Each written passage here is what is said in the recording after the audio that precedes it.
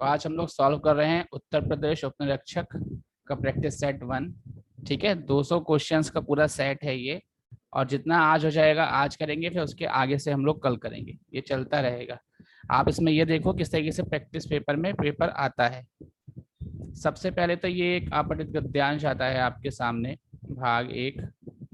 ये पूरा गद्यांश आपके सामने दे रखा है, इसको फटाफट पढ़ो और अभी सॉल्व करने की कोशिश करो। देखो, हमारी हिंदी सजीव भाषा है, इसी कारण इसने अरबी, फारसी आदि के संपर्क में आकर इनके शब्द ग्रहण किए ही हैं। अब अंग्रेजी के भी शब्द ग्रहण करती जा रही है। इसे दोष नहीं गुण ही समझना चाहिए, क्योंकि अपनी इस ग्रहण शक्ति से हिंदी अपनी वृद्धि कर रही है। क्या भाषा की विशुद्धता के किसी भी पक्षपाती में यह शक्ति है कि वह विभिन्न जातियों के पारस्परिक संबंध को न होने दे अथवा भाषाओं की सम्मिश्रण क्रिया में रुकावट पैदा कर दे? यह कभी संभव नहीं है।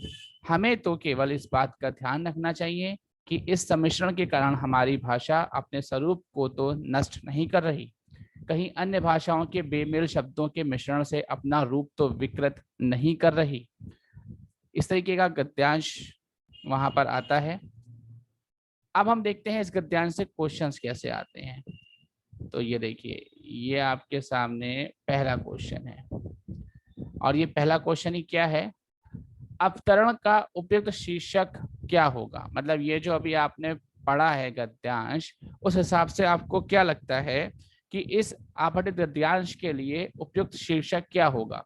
हिंदी भाषा के गुण तुष, हिंदी भाषा का ग्रहणशील स्वरूप, हिंदी की सम्मिश्रण क्रिया। ओके, देखो अब ये एक ऐसा क्वेश्चन है, मेघा, प्रद्युमन और बाकी जो भी लोग सुन रहे हों, ये एक ऐसा क्वेश्चन है कि यहाँ पर हर बच्चा अलग अलग टिक लगाता है। ठीक है, फिर से एक बार इसको पढ़ लेना, और इसका जो सही आंसर है वो है ऑप्शन नंबर सी, हिंदी भाषा का ग्रहणशील स्वरूप। चलिए प्रश्न नंबर 2, सजीव भाषा से तात्पर्य क्या है? विभिन्न भाषाओं के सम्मिश्रण से अद्भुत सम्मिश्रित भाषा, ग्रहण शक्ति से अपने शब्द भंडार को बढ़ाने वाली भाषा, विभिन्न भाषाओं के नए नए शब्दों को ग्रहण करके बनी नई भाषा, किसी भाषा का अपने विशुद्ध रूप में होना। सजीव भाषा से क्या तात्पर्य है?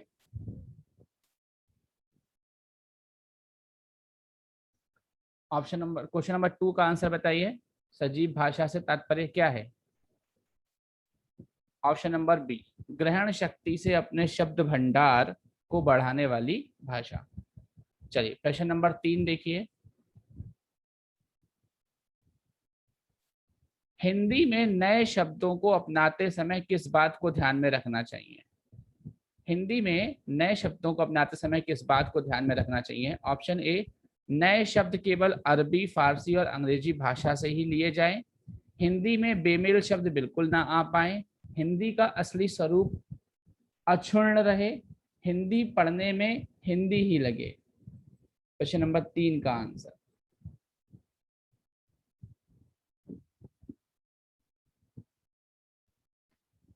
प्रश्न नंबर 3 का जो आंसर है इस गद्यांश के अनुसार वो है ऑप्शन नंबर सी, हिंदी का असली स्वरूप अक्षुण्ण रहे। ठीक है, अक्षुण्ण रहे का मतलब क्या है कि भले ही हम हिंदी में आगत शब्दों को ले लें, आगत शब्द क्या होते हैं मैंने आपको पढ़ाया था, लेकिन उसके कारण हिंदी को अपना स्वरूप नष्ट नहीं करना चाहिए। ठीक है, चलिए प्रश्न नंबर 4 देखिए, ये आपके सामने आ रहा है प्रश्न नंबर 4, और जो भी लोग साथ में जुड़ रहे हैं करिए। अब हिंदी में प्रश्न नंबर 4 ये रहा, हिंदी में नए शब्दों का आगमन उचित है क्योंकि इससे हिंदी की केवल हानि ही नहीं लाभ भी है। भाषाओं की सम्मिश्रण क्रिया समृद्धि के लिए आवश्यक है, भाषा की विशुद्धता का पक्षपाती भी इसे रोकने में सक्षम नहीं है, इससे हिंदी की समृद्धि होती है। तो ये गद्यांश को पढ़कर आपको ये आंसर देना था। प्रश्न नंबर 4 का आंसर जो है, प्रश्न नंबर 4 का आंसर जो है वो है ऑप्शन नंबर डी, इससे हिंदी की समृद्धि होती है। मतलब अगर हिंदी भाषा में नए शब्द जुड़ते हैं तो उससे क्या होगा? नए शब्दों का आगमन होगा, नई बातों का आगमन अगर होगा हिंदी में, तो उससे हिंदी की समृद्धि तो होगी, हिंदी ही तो बढ़ेगी आगे। अब देखिए गद्यांश ये रहा, और प्रश्न नंबर 5 देखिए कैसा है। गद्यांश में आए ग्रहण शब्द के लिए सही विलोम यानी कि विपरीतार्थक शब्द बताइए। अब आपने अगर पढ़ रहे होंगे विलोम तो आप इसको कर पाएंगे। ग्रहण का विलोम क्या होगा बताइए।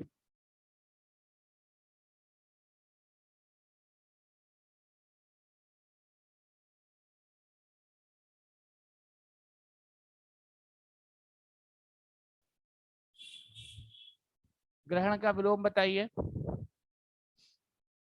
दान, प्रकट, मुक्त, दाता। तो ग्रहण का जो विलोम है वो है, गद्यांश में तो ग्रहण शब्द आया है ना, तो उस हिसाब से इसका जो है वो है आंसर नंबर सी। क्योंकि ग्रहण का मतलब क्या होता है, ग्रहण का मतलब होता है स्वीकार करने की प्रवृत्ति, और मुक्त करने का मतलब क्या होता है, अस्वीकार करने की प्रवृत्ति। क्षुधा शब्द का विलोम बताइए। क्षुधा शब्द का विलोम प्रश्न नंबर 6 में, क्षुधा शब्द का विलोम बताइए। ऑप्शन ए तृषा, ऑप्शन बी तृषण, ऑप्शन सी तृप्त, ऑप्शन डी मृग तृष्णा।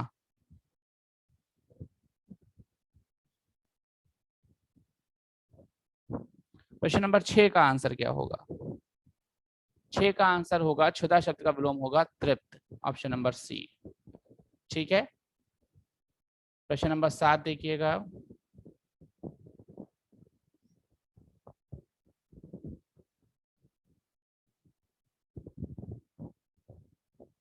प्रश्न नंबर 7, लघिमा का विलोम शब्द क्या है।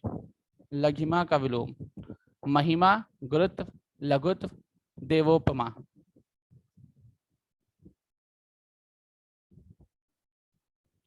लघिमा का जो विलोम शब्द है वो है महिमा, option number A is correct answer. ठीक है,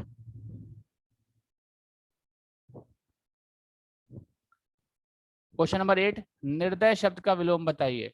कमेंट करिए भाई अगर पता है तो। निर्दय का,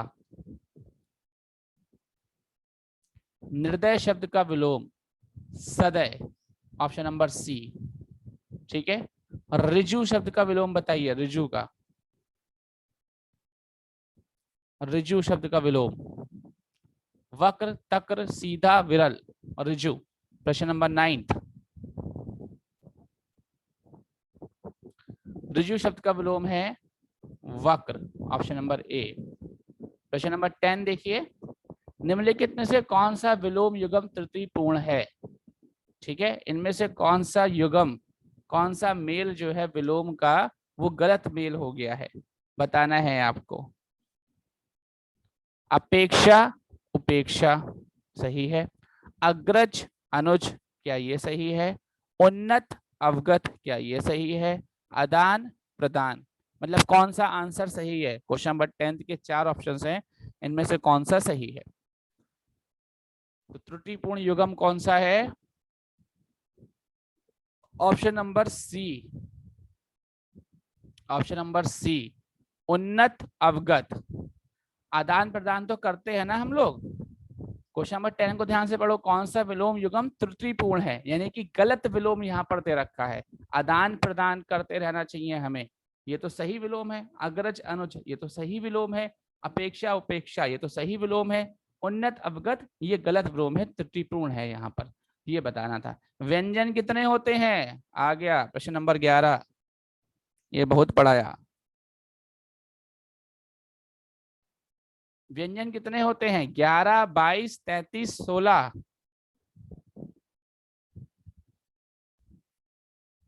गुड, मोहिनी का आंसर सबसे पहले। प्रद्युमन, मेघा आंसर करो, व्यंजन कितने होते हैं। 11 तो स्वर होते हैं, 11 आंसर होगा नहीं, 22 होगा नहीं, 16 होगा नहीं, तो 33 बचा, option number C correct answer है। ठीक है, क्वेश्चन नंबर 12 देखो।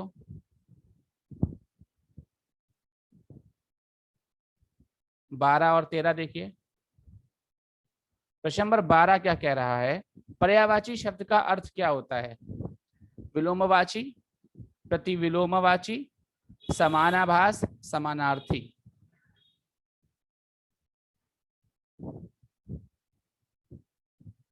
Good Mohini.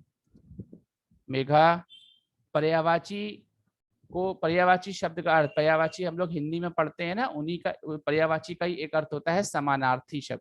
Option number D is the correct answer.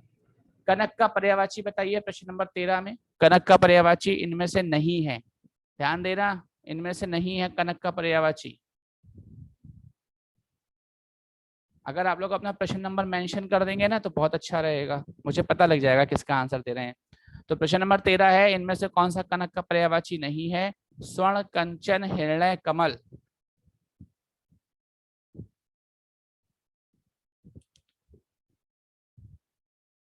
देखो भाई, कनक माने स्वर्ण भी होता है, ठीक है, कनक माने कंचन भी होता है, कनक माने हिरण, हिरण्य भी होता है, लेकिन कनक का पर्यायवाची क्या नहीं होता? कमल नहीं होता है। तो 13 का आंसर है ऑप्शन नंबर डी। चलिए नेक्स्ट चलते हैं।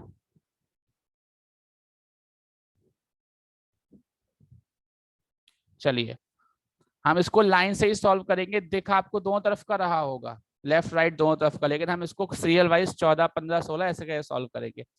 सरस्वती का पर्यायवाची प्रश्न नंबर 14, सरस्वती का पर्यायवाची नहीं है। इनमें से कौन सा नहीं है सरस्वती का पर्यायवाची? बेटा ये बता रहा है, बड़े ध्यान से बताओ। Bharati, option A Bharati, option B Sharada, option C Veenapani, option D हंस। इनमें से कौन सा नहीं है? क्वेश्चन नंबर 14 का आंसर दीजिए फटाफट।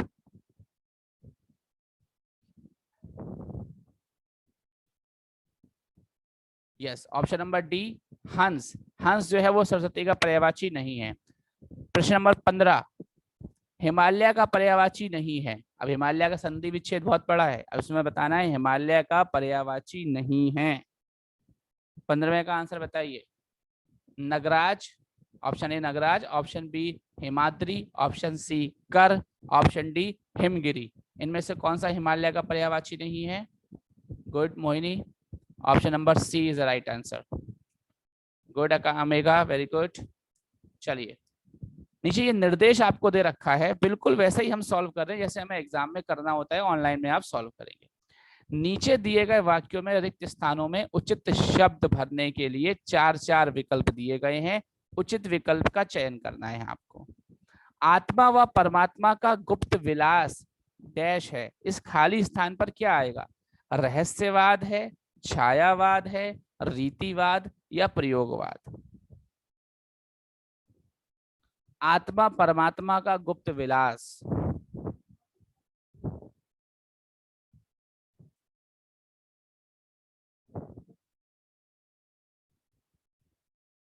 प्रश्न नंबर 16 का आंसर बताइए। प्रश्न नंबर 16। गुड मोहिनी, ठीक आंसर है भाई। आत्मा परमात्मा के बारे में हम लोग कहाँ बातें करते हैं, ये तो बहुत बड़ा रहस्य बना हुआ है ना। प्रयोगवाद का मतलब हुआ मेघा प्रैक्टिकल करना, तो ये प्रैक्टिकली कहाँ पॉसिबल है?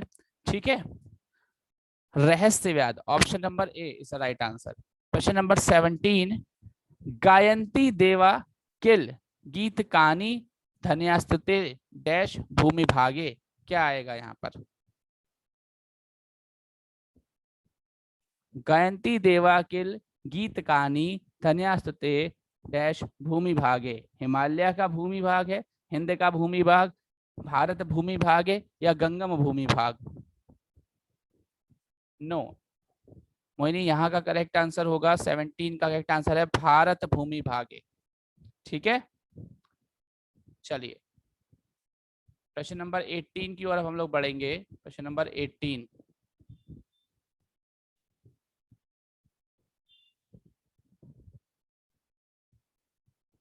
18 का आंसर दीजिए। दुल्हनी गवाह हूं, मंगलचार है, अवतार है, सदाचार है, राशि विहार है। दुल्हनी गवाहू क्या है ये?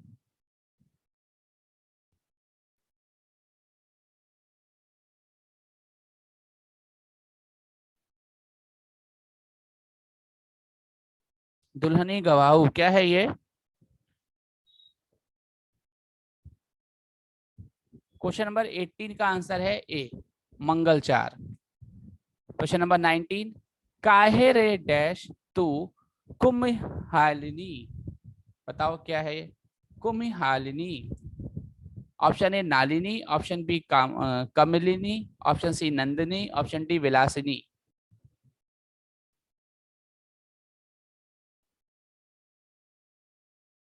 19 का आंसर है काहे रे नालिनी तू कुम्हलाइनी, ऑप्शन नंबर ए।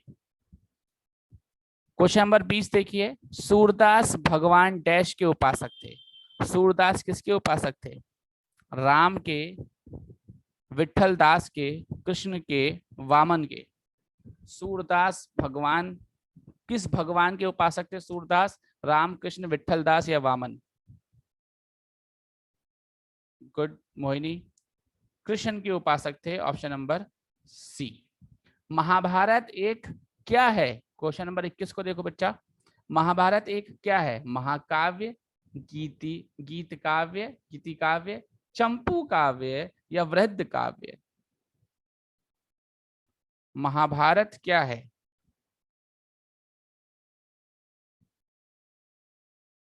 प्रश्न नंबर 21 को कर सकते हो, आसान है। महाभारत क्या है? गीति काव्य, गीति मतलब गाकर, या इसमें गीत के बारे में तो वर्णन नहीं है। चंपू काव्य कोई नाम नहीं होता। वृद्ध काव्य बहुत बड़ा, ठीक है। और महाकाव्य, इनमें से क्या है? तो option number A, very good Mohini, महाकाव्य। क्वेश्चन नंबर 22, इच्छु का तद्भव क्या होगा? अब तत्सम तद्भव एक ऐसा पोर्शन है, मैंने जब पढ़ाया तब भी बताया था, ये बहुत सारे होते हैं। आपके पास जो हिंदी की बुक हो उनमें से डेली आप इसको एक बार रीड करते रहिए, हनुमान चालीसा की जाए। तो इच्छु का तद्भव क्या होगा? प्रश्न नंबर 22, इच्छु का तद्भव होगा ईख, ऑप्शन नंबर सी, ठीक है, ऑप्शन नंबर सी।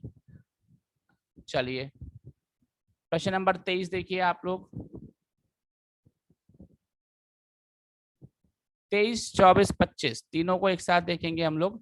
प्रश्न नंबर 23, आम का तत्सम रूप क्या है? आम्र का, आम का बताओ, आम जो आप खाते हो,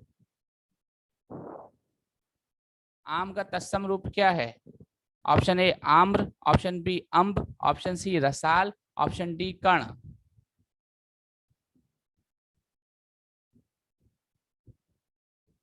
मेघा, मोहिनी और बाकी सभी सुन लो, आम का जो तत्सम रूप है बेटा ये है आम्र, ऑप्शन नंबर ए।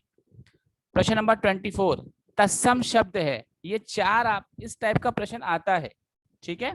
तो यहाँ पर क्या ये चार आपको ऑप्शन दे रखे हैं, क्लिष्ट, कठोर, कठिन, मजबूत। प्रश्न नंबर 24 में इनमें से कौन सा तत्सम है? बताओ, क्लिष्ट, कठोर, कठिन, मजबूत, इनमें से कौन सा तत्सम है?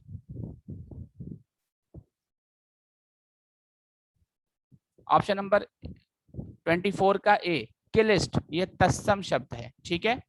प्रश्न नंबर 25 देखिए, ईंट से ईंट बजाना, इस मुहावरे का सही अर्थ क्या है?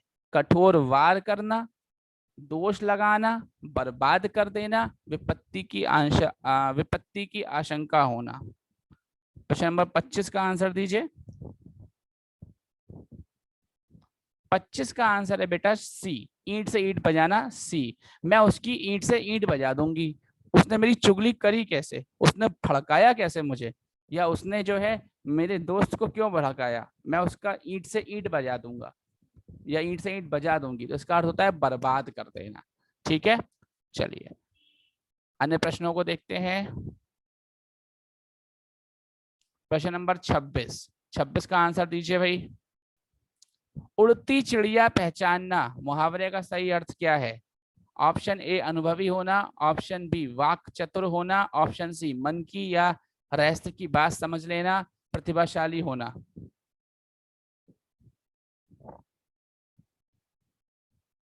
जब आपके घर में कोई बहुत ज्यादा ओवर स्मार्ट बन रहा हो, या कोई बहुत ज्यादा काम कर रहा हो, या कोई बहुत ज्यादा बातें बड़ी बड़ी कर रहे हो, तो आप क्या कहते हो? अरे बेटा हम वो हैं जो उड़ती चिड़िया के पर पहचान लेते हैं। यानी कि तुम्हारे मन में क्या रहस्य छिपा हुआ है वो हम जान ले गए, ऑप्शन नंबर सी। उड़ती चिड़िया पहचानना, इस मुहावरे का अर्थ है मन की या रहस्य की बात समझ लेना। प्रश्न नंबर 27, इनमें से संख्यावाचक विशेषण कौन सा है? अब विशेषण वगैरह मैं आपको पढ़ा चुका हूं, संख्यावाचक विशेषण कौन सा है इसमें से? ऑप्शन ए 7, ऑप्शन बी काला, option C Ravan, option D खट्टा। प्रश्न नंबर 27 का आंसर दीजिए। Very good Megha, Mohini, good. Option number A 7, क्योंकि 7 संख्या है ना, 7 संख्या है ना बेटा। रावण कहां से संख्या हो गया? संख्यावाचक मतलब जहां गिनती आ रही हो ना। चलो प्रश्न नंबर 28, निम्न में से कौन विशेषण नहीं है? कौन विशेषण नहीं है? 4 ऑप्शन आपको दे रखे हैं, शीतल, सुंदर, श्यामल, मोहन। इन चारों में से कौन सा विशेषण नहीं है ये बताओ। इन चारों में से कौन सा विशेषण नहीं है? शीतल, सुंदर, श्यामल, मोहन। प्रश्न नंबर 28 का आंसर देना है। गुड, मोहन। मोहन जो है वो विशेषण नहीं है, नाम है किसी व्यक्ति का, संज्ञा है। ठीक है। प्रश्न नंबर 29 देखिए, निम्न में से कौन विशेषण है? अब बताना है विशेषण है। अनुरक्त, अनुशंसा, अनुभव, अणु।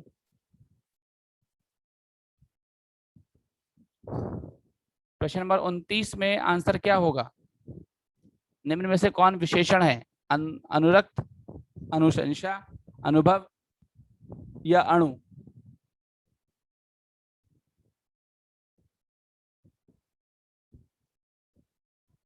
इसका आंसर होगा, प्रश्न नंबर 29 का आंसर होगा ए, अनुरक्त विशेषण है। ठीक है, चलिए प्रश्न नंबर आगे देखते हैं। 30, 31, 30 से देखते हैं। चलिए बताइए, अशुद्ध वर्तनी वाला शब्द, यहाँ पे 4 शब्द आपको दे रखे हैं, वर्षा ऋतु, अंतरराष्ट्रीय, ऋषिकेश, ऋषिकेश और शारदा। इन चारों में से कौन सा अशुद्ध वर्तनी वाला है, यानी कि जो गलत लिखा गया है? बताइए। प्रश्न नंबर 30 में बात कर रहा हूं, प्रश्न नंबर 30 में बात कर रहा हूं। Very good Megha, option number C correct है, ऋषिकेश। ऋषि के केस, री ऐसे लिखा जाएगा इसमें। ठीक है। प्रश्न नंबर 31, शुद्ध शब्द रूप कौन सा है? आपको यहाँ 4 शब्द रखे हैं, इसमें से शुद्ध शब्द रूप कौन सा है? दुर्निवार, दुनिवार, दुहनिवार या दुर्निवार। 4 प्रश्न, आप 4 आपको ऑप्शन दे रखे हैं, इनमें से कौन सा शुद्ध है?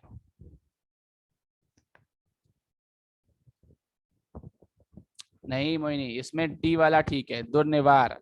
ठीक है। प्रश्न नंबर 32 देखिए, शुद्ध वर्तनी बतानी है, इनमें से कौन सा शुद्ध लिखा हुआ है? शुद्ध लिखा हुआ है, करेक्ट स्पेलिंग है जिसकी। अनधिकार, अनाधिकार, अंधिकार, अनाधिकार। 4 प्रश्न, 4 ऑप्शन आपको यहाँ दे दिए, शुद्ध वर्तनी बताइए 32वें प्रश्न में अनाधिकार को कैसे लिखा जाता है? तो 32 का जो आंसर है वो है A. Very good Megha, option number A. ठीक है। प्रश्न नंबर 33 देखिए, शब्दानुक्रम में सही वाक्य क्या है ना? वह गरीब आदमी था, वह आदमी गरीब था वह गरीब आदमी, था गरीब वह आदमी। प्रश्न नंबर 33, शब्दानुक्रम में सही वाक्य क्या है? इन मतलब अगर हम इसको क्रम से लगा के देखें तो सही वाक्य क्या है? वह आदमी गरीब था नहीं, वह गरीब आदमी था। नो, दोनों का गलत है। ऑप्शन नंबर ए, वह गरीब आदमी था, यही तो कहते हैं जब हम रास्ते में कहीं आ रहे हैं और हमें कोई, सॉरी 33 का चल रहा है ना? हाँ 33 का बी वाला है, आप लोग सही थे, वह आदमी गरीब था, वह आदमी गरीब था। ऑप्शन नंबर बी बिल्कुल ठीक है।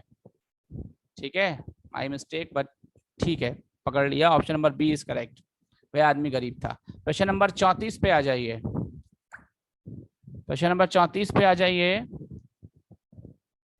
34 पूरा दिख रहा है? हाँ 34 अब दिख रहा होगा आप लोगों को पूरा। तो प्रश्न नंबर 34 पे आ जाइए और इसका आंसर बताइए। निम्नलिखित में से शुद्ध वाक्य कौन सा है? चार आपको यहाँ वाक्य दे रखे हैं। प्रश्न नंबर 34 में शुद्ध वाक्य कौन सा है ये आपको बताना है। बताइए कौन सा शुद्ध लग रहा है 34 में आपको? यहाँ गन्ने का ताजा रस बिकता है, यहाँ ताजे गन्ने का रस बिकता है, ताजा गन्ने का रस यहाँ बिकता है, ताजी गन्ने का रस यहाँ बिकती है। यस गुड, दोनों का आंसर ठीक है, वेरी गुड मोहिनी और Megha. Option number A is correct. यहाँ गन्ने का ताजा रस बिकता है, 34 का आंसर ए होगा। चलिए अब देखिए निर्देश दे रखे हैं, निर्देशों को जरूर परीक्षा में ध्यान से पढ़ना है आपको। क्या कह रहा है? निम्न वाक्यों का सही क्रम संयोजन करते हुए उत्तर की पहचान कीजिए। ठीक है, यहाँ आपको ये दे रखा है, इसको आपको क्रम में लगाना है। कोई महान, प्रश्न नंबर 35, कोई महान देश जिस समय संक्रांतिकालिक स्थितियों के बीच से होकर गुजरता है, प्रवृत्तियां दृष्टिगोचर होती हैं, उस समय वहां की विचारधारा में प्रमुख।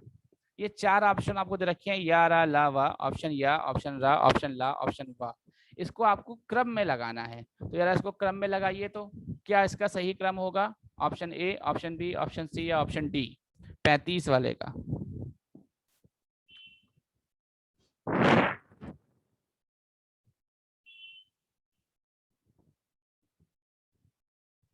वेरी गुड मेघा,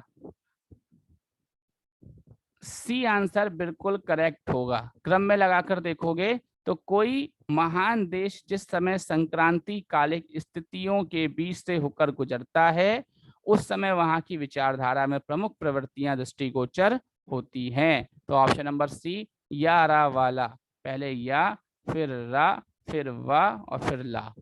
ठीक है, ये आएंगे यहाँ पर। चलिए आगे बढ़ते हैं।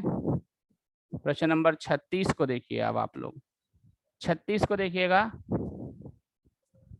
हम आपस, प्रश्न नंबर 36 क्रम से लगाना है। हम आपस में दंगे फसाद में सारा श्रम नष्ट कर रहे हैं, अपने देश के अधूरे कामों को करने में समय नहीं दे पा रहे हैं।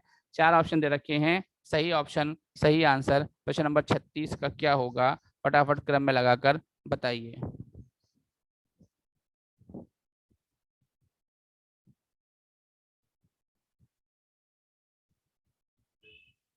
प्रश्न नंबर 36 का आंसर होगा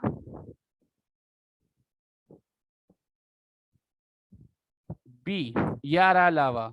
ठीक है, यारा लावा। प्रश्न नंबर 36 का आंसर होगा बी, यारा लावा। जैसे लिखा हुआ है बिल्कुल वैसे ही। हम आपस में दंगे फसाद में सारा श्रम नष्ट कर रहे हैं, अपने देश के अधूरे कामों को करने में समय नहीं दे पा रहे हैं। तो यही क्रम, जिस क्रम में लिखा हुआ है यही क्रम सही है। Option number B is correct. प्रश्न नंबर 37 देखिए। सतत कर्मशील, सतत कर्मशील मानव जीवन के बीच त्योहार, कुछ आराम व कुछ खुशी को लेकर, परिश्रांत व्यक्ति के लिए छायादार वृक्ष की भांति उपस्थित होते हैं। इनको क्रम से लगाइए। चार कंडीशन आपको दे रखी है, सतत कर्मशील के साथ जोड़ते हुए इन चारों को क्रम से लगाइए और बताइए क्या आपका आंसर होगा? Option A, option B, option C, option D. तो इस तरीके के प्रश्न भी परीक्षा में पूछे जाते हैं। ठीक है, यूपीएसआई की परीक्षा में इस तरह के प्रश्न भी पूछे जाते हैं। तो 37 का जो आंसर है वो है आपका ऑप्शन नंबर ए, यार अलावा, मतलब जिस क्रम में लिखा हुआ है वही क्रम है इसका। सतत कर्मशील मानव जीवन के बीच त्योहार, कुछ आराम व कुछ खुशी को लेकर, परिश्रांत व्यक्ति के लिए छायादार वृक्ष की भांति उपस्थित होते हैं। प्रश्न नंबर 38 को देखिए। यथाशक्ति में कौन सा समास है? बताइए। समास आप लोगों को शायद पढ़ा चुका हूं। यथाशक्ति में कौन सा समास है? बताइए। ऑप्शन ए तत्पुरुष, ऑप्शन बी कर्मधारय, ऑप्शन सी द्वंद्व समास, ऑप्शन डी अव्ययी भाव। 38 में यथाशक्ति, मैंने कुछ बताया था, जहां पे अधिकतर यथा शब्द आ रहा हो तो वहां पे कौन सा समास होता है? मोहिनी बताइए, मेघा, प्रद्युमन रिप्लाई करिए, बाकी लोग फटाफट। इतना ही समय मिलता है भाई, 10 मिनट्स लेफ्ट, रिप्लाई फास्ट। यथाशक्ति में कौन सा समास है? यथाशक्ति, यथाशक्ति, शक्ति के अनुसार। यथाशक्ति का समास वगैरह क्या हुआ? शक्ति के अनुसार। तो ऑप्शन नंबर डी अव्ययी भाव समास होगा। ठीक है, चलिए आगे देखते हैं। प्रश्न नंबर 39, 39 को देखिए। प्रश्न नंबर 39, दशानन में समास कौन सा है? दशानन, दशानन में समास बताइए। दश है आनंद जिसके, दशानन में समास, समास वगैरह हो गया। Option A, option number A बहुब्रीहि समास। दशानन, दश है आनंद जिसके अर्थात रावण। ठीक है। प्रश्न नंबर 40 देखिए, इति प्लस आदि बराबर इत्यादि में कौन सी संधि है? इत्यादि में कौन सी संधि है? यण संधि, दीर्घ संधि, गुण संधि, अयादि संधि।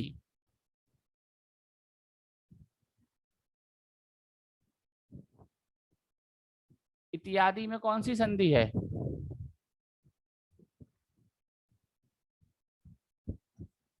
इत्यादि में प्रश्न नंबर 40 में ऑप्शन नंबर ए यण संधि है। व्यंजन संधि का उदाहरण दो। इनमें से चार आपको जो रखे हैं, सदैव, मनोरथ, निर्गुण, सदाचार। इनमें से व्यंजन संधि कौन सी है? सदैव, मनोरथ, निर्गुण, सदाचार। व्यंजन संधि का उदाहरण दो। इनमें कौन सा व्यंजन संधि है? सदाचार व्यंजन संधि है, व्यंजन संधि है। ठीक है। अत्याधिक का संधि विच्छेद क्या होगा? प्रश्न नंबर 42, अत्याधिक का संधि विच्छेद क्या होगा? अत्य प्लस अधिक, अति प्लस अधिक, अति प्लस अधिक, अत्यधिक प्लस क। प्रश्न नंबर 42 का आंसर दीजिए। प्रश्न नंबर 42 का आंसर होगा बेटा बी वाला, अति प्लस अधिक, है ना। प्रश्न नंबर 43 को पढ़िए अब आप लोग ध्यान से। 43 को पढ़िए ध्यान से। किस युग में हिंदी का गद्य विधा का नया स्वरूप मिला? किस युग में हिंदी की गद्य विद्या को नया स्वरूप मिला? तो ऑप्शन नंबर ए इसका करेक्ट आंसर है, भारत तेंदु युग। ठीक है। प्रश्न नंबर 44 देखिए, मीरा की कविताएं किस विधा से संबंधित हैं? भक्ति धारा, ज्ञान धारा, कर्म मार्गी, इनमें से कोई नहीं। प्रश्न नंबर 44, मीरा क्या करती थी? कृष्ण की भक्ति। तो मीरा की कविताएं कैसी हैं? भक्ति धारा की हैं। 45 देखिए, निशिदिन बरसत नैन हमारे, सदा रहित पावस ऋतु हम पे, जब तय श्याम सिधारे, मैं कौन सा रस है। ये जो पंक्तियां आपको दे रखी हैं ये मैंने क्लास में करवाई थी, है ना। यूपी ट्रिपल एस के बच्चे अगर हमारे साथ हैं यूपी पैट के तो वो जानते होंगे। निश्चिन बरसत नैन हमारे, सदा रहित पावस ऋतु हम पे, जब ते श्याम सिधारे हैं, मैं कौन, इस पंक्तियों में कौन सा रस है? ऑप्शन नंबर बी आंसर आ रहा है, बिल्कुल ठीक है, वियोग श्रृंगार रस। श्री कृष्ण चले गए हैं गोपियों को छोड़कर। ठीक है, चलिए प्रश्न नंबर 46 को देखिए। 46, अब लो नासानी अब ना नसे हो, मैं कौन सा रस है? अब लो नासानी अब ना नसे हो, इस पंक्ति में कौन सा रस है? करुण रस, शांत रस, वात्सल्य, भयानक रस।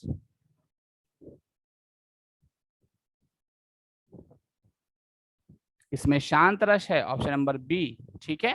प्रश्न नंबर 47 देखिए, हिंदी काव्य रसों की कुल संख्या कितनी है? हिंदी में जो काव्य रस हैं, मैंने रसों की संख्या लिखवाई थी। ठीक है, हिंदी काव्य रसों की कुल संख्याएं कितनी है बताइए। प्रश्न नंबर 47 का आंसर बताइए। 11, 10, 9, 8। यस करेक्ट, मोहिनी, मेघा दोनों का करेक्ट। प्रश्न नंबर सी, प्रश्न नंबर 47 का है सी, 9 रस हैं। प्रश्न नंबर 48 देखिए, अलंकार के मुख्यतः माने जाने वाले भेदों की संख्या कितनी है? अलंकार के कितने भेद हैं बताइए।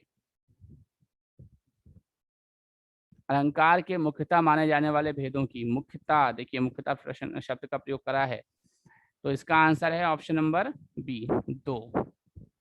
ठीक है। क्वेश्चन नंबर 49 देखिए, नहीं पराग नहीं मधुर मधु, नहीं पराग नहीं मधुर मधु, नहीं विकास यही काल, इस पंक्ति में कौन सा है अलंकार?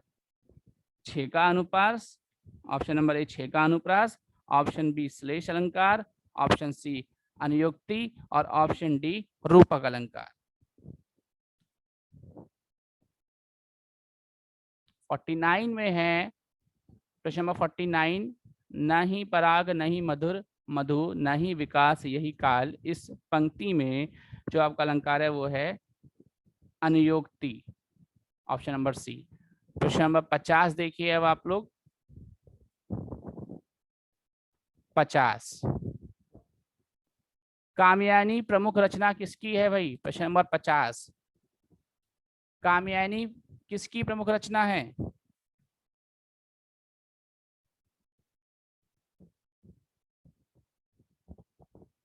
Very good Mohini. कामयानी प्रमुख रचना है बेटा जयशंकर प्रसाद की, option number D is the correct answer. तो आप ये समझ लीजिए आज आपका यूपीएसआई 50 क्वेश्चन हिंदी के हो गए। और आपने देखा होगा बेटा बहुत कम ही, शायद ही मेरे ख्याल से कोई ऐसा चैनल हो या कोई ऐसा टीचर हो जो अपठित गद्यांश की प्रैक्टिस कराता हो। मैंने कोशिश करी है वो भी आपको करवाऊं, ठीक है। आप दोबारा इस बार एक बार इस वीडियो को देखना, गद्यांश को फिर से करना। आज हमने 50 क्वेश्चन हिंदी के कंप्लीट करे हैं। आगे यही हमारा प्रैक्टिस सेट कंटिन्यू चलता रहेगा। हमारा जो अगला होगा इसमें वो होगा मूल संविधान, ठीक है। देखिए आपका, आप देख भी रहे होंगे नीचे लिखकर आ रहा है भाग 2 संविधान, मूल विधि और सामान्य ज्ञान। इन 3 पोर्शन को हम लोग नेक्स्ट इसी के आगे कंटिन्यू करेंगे, ठीक है। To be continued. कैसा लगा आज का प्रश्न उत्तर बताइएगा जरूर।